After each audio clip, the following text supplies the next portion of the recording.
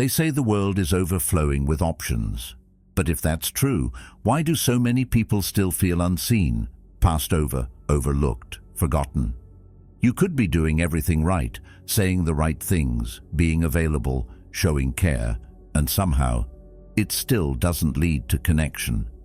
It's frustrating, isn't it? Because deep down, we don't want to be just another option. We want to be the one that someone chooses not out of convenience, but out of genuine recognition. The kind that isn't replaced with a swipe. The kind that lingers in someone's mind long after we've left the room. Here's the truth that Stoic philosophy helps us face. Being chosen doesn't begin with trying harder. It begins with needing less. The more anchored you are in your own presence, the less you need to chase validation. And ironically, the more people feel drawn to you. Not because you're performing, but because you're solid, rooted, whole. Marcus Aurelius once said, "The tranquility that comes when you stop caring what they say, or think, or do, that's the foundation of power, and it's the essence of attraction."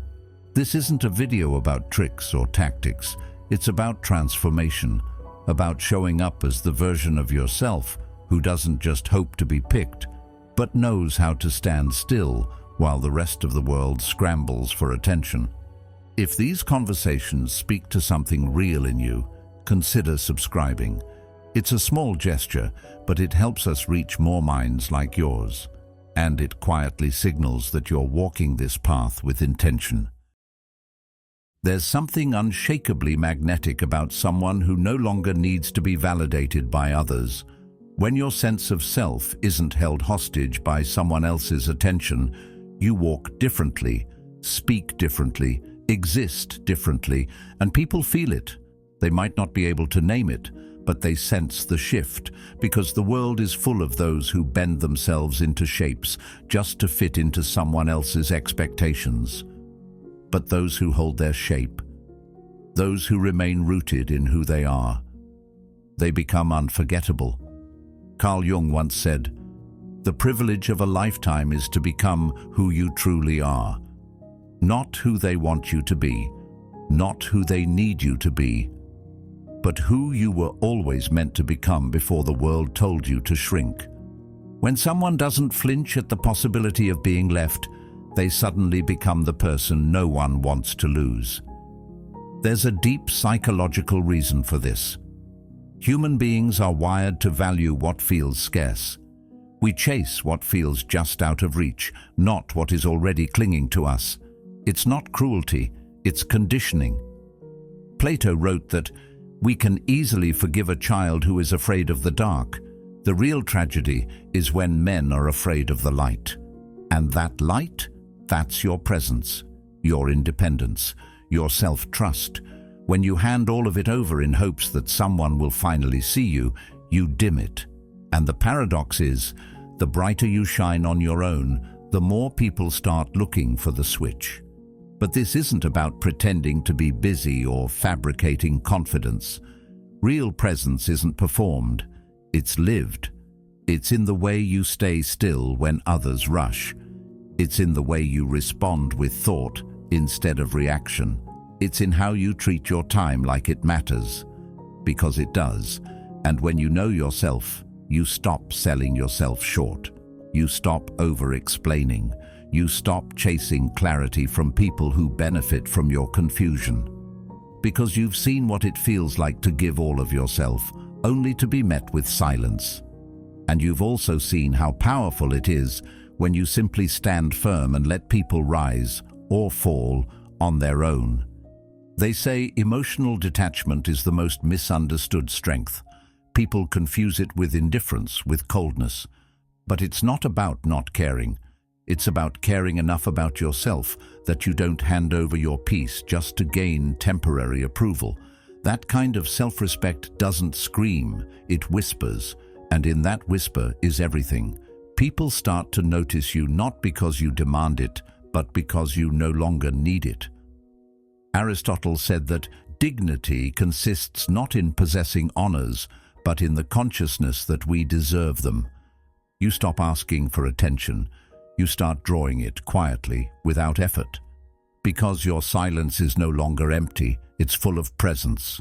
This is the essence of the Stoic principle of anchoring yourself, not in outcomes, not in who calls back or who stays, but in your character, in your choices, in the life you build when no one is watching. Stoicism teaches us that we are not disturbed by events, but by our opinions of them. And if your worth is tied to how someone else reacts to you, you're forever at the mercy of their chaos. But when you center yourself, when you say, "I am enough with or without you," the game changes. You're no longer a player in someone else's story. You're the author of your own. That's the kind of energy people can't explain but always remember. And here's what most never understand. People choose based on feeling, not logic. You can't convince someone to value you through reasoning or repetition.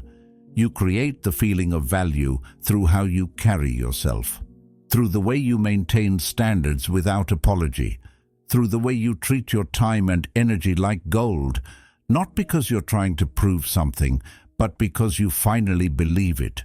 When you stop arguing for your worth and just live like it's unquestionable, everything changes, not all at once, but steadily, quietly. And the ones who see you, really see you, they show up differently, because now they know they can't treat you like an option and expect you to stay. So here's the quiet truth. You don't become the one everyone chooses by needing to be chosen. You become that person when you choose yourself so fully, so clearly, that others feel lucky just to be in your space. Not because you're playing a part, but because you stopped playing altogether. You became real, solid, anchored, and in a world of people trying to be liked, that kind of authenticity is rare, and what's rare is remembered, every time. Because here's where it gets real. Your ability to hold steady in the silence speaks louder than anything you could say. When someone pulls away, when they hesitate, when their attention drifts to other people, the way you respond becomes your entire message. You don't have to scream your worth, you just have to not shrink. Most people think love or admiration or respect is won through more giving, more proving, more showing up first. But that's not how connection works. Real connection is born in the space between people. And when you stop trying to close that space out of fear, something powerful happens. You let the other person come to you, not because you lured them, but because they felt the gravity of your presence. When you know yourself deeply, your energy becomes a standard others rise to, not a prize they can take for granted. It's not about pretending you don't care. It's about actually being okay either way. That's the quiet strength that most people don't know how to handle. When you're not flustered by delay, not shaken by indifference, you become the calm in the chaos. You're not moved by their mood. You're not driven by their approval. You're steady because your worth doesn't fluctuate with how someone else feels about you. In that stillness, people find something rare, something grounding.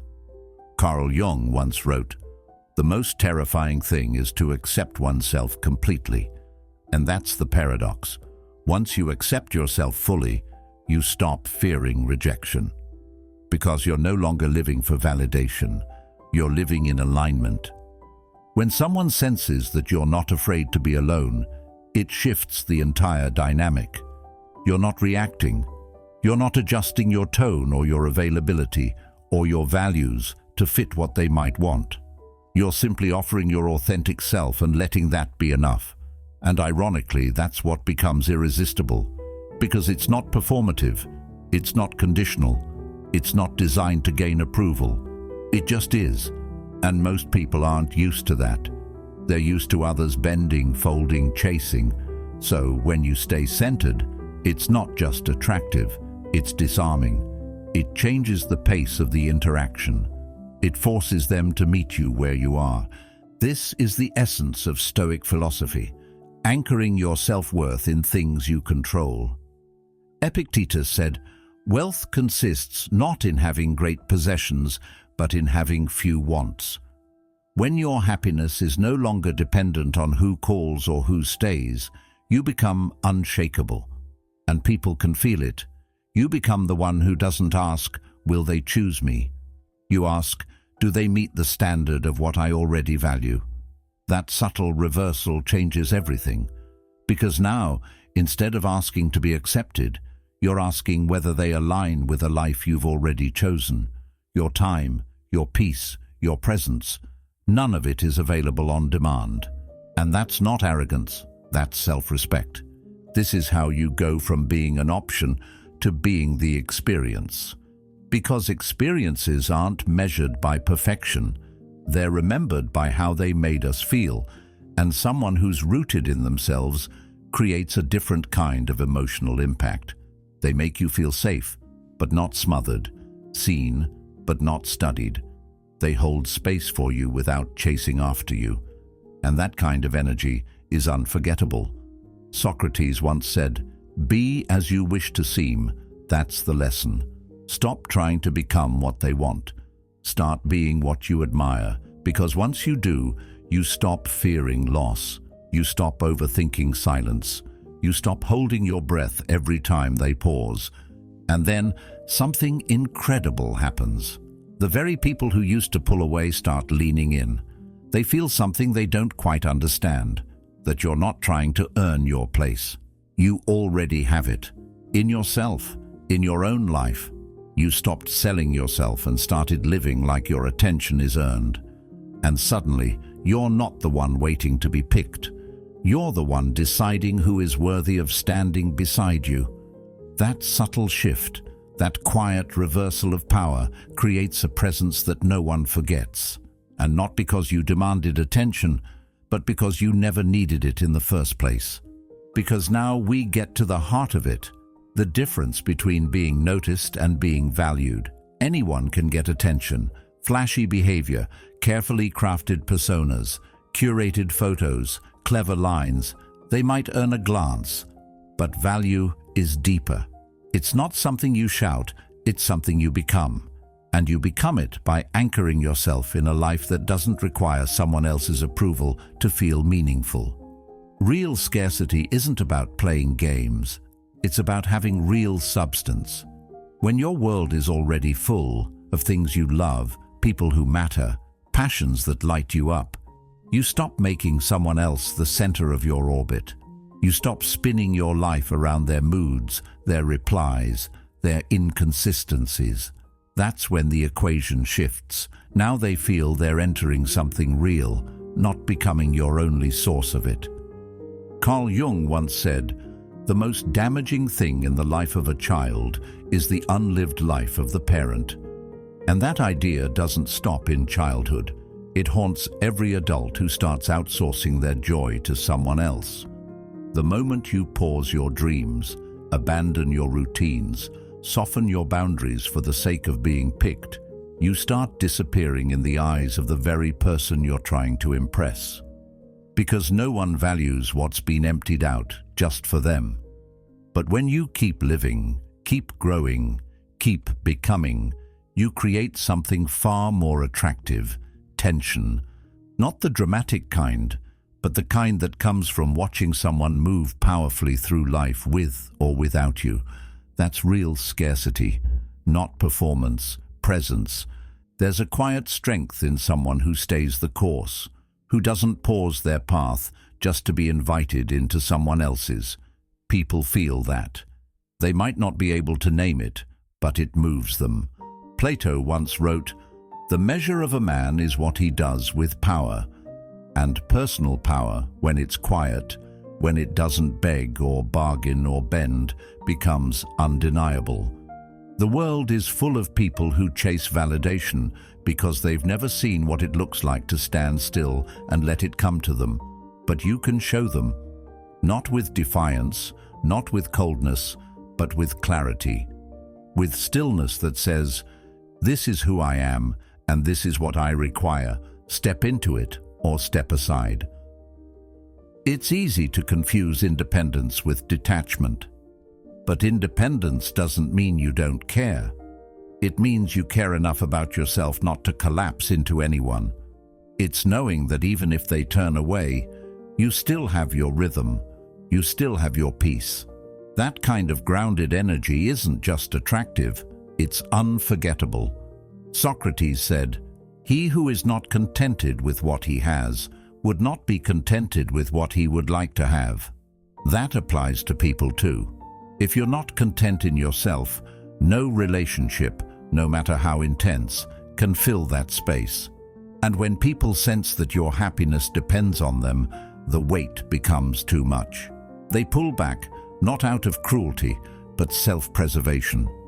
No one wants to feel responsible for holding someone else together. This is why your standards matter. Not as a test, but as a reflection of your self-respect. You don't set standards to exclude people. You set them to protect your peace. And the right people aren't intimidated by that. They're drawn to it, because someone with standards offers something most people don't. Trust. Not the kind you earn quickly, but the kind that runs deep, because you know they won't say yes just to be liked.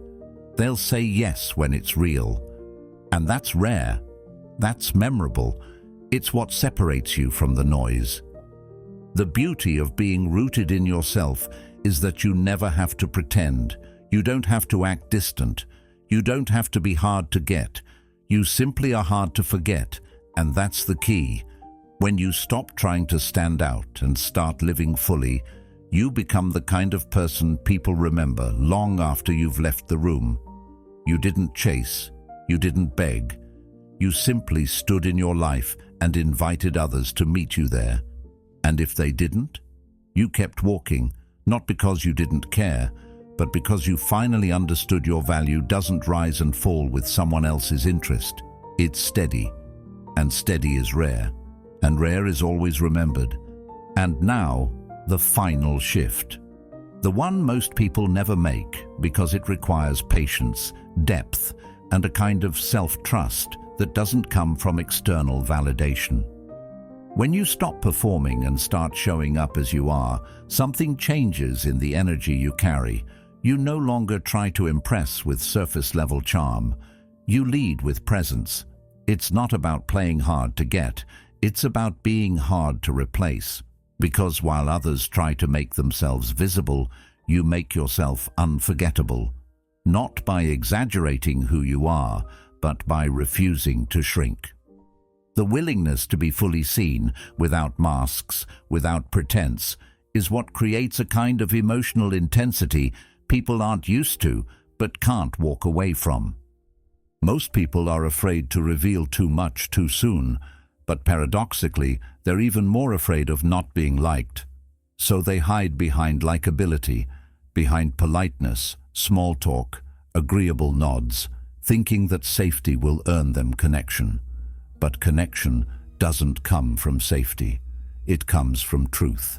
From that moment when you say something real, something that reveals how your mind works, what matters to you, what you believe in even when it's not popular. That's when something clicks. Not always right away, not with everyone. But with the right people, it's unforgettable. Because you've stepped out of the noise. You've stopped trying to be what they want, and instead offered something far more valuable, who you are, fully, calmly, unapologetically. This doesn't mean you need to spill your entire story or broadcast your soul to everyone who looks your way. It means you move with a kind of quiet courage. You don't rush to fill silences. You don't panic when they hesitate. You let moments unfold because you know that depth doesn't need decoration. It just needs space. And when you offer that space, not just to others, but to yourself, you stop being reactive. You become composed, steady.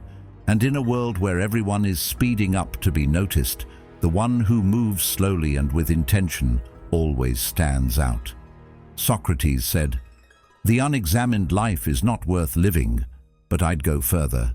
The unexamined self cannot connect deeply, because true connection requires a kind of self-awareness that most avoid. But not you. You don't need to be louder. You need to be more anchored. Because when your voice comes from a place of inner clarity, it carries a different weight. It doesn't try to persuade. It invites understanding. It doesn't demand attention. It earns it.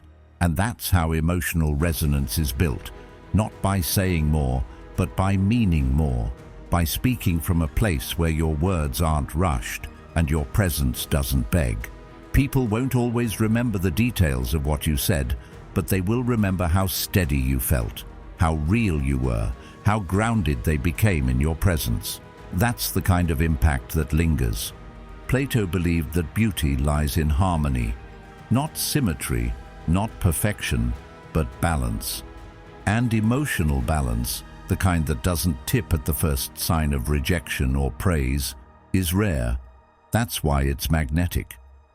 When you can admire someone without needing to possess them, when you can stay curious without becoming consumed, when you can walk away without bitterness because you were never chasing in the first place, that's what creates lasting impression. That's what makes people return, not out of need, but out of a desire to experience that equilibrium again. Because something in you reminded them of who they want to be too.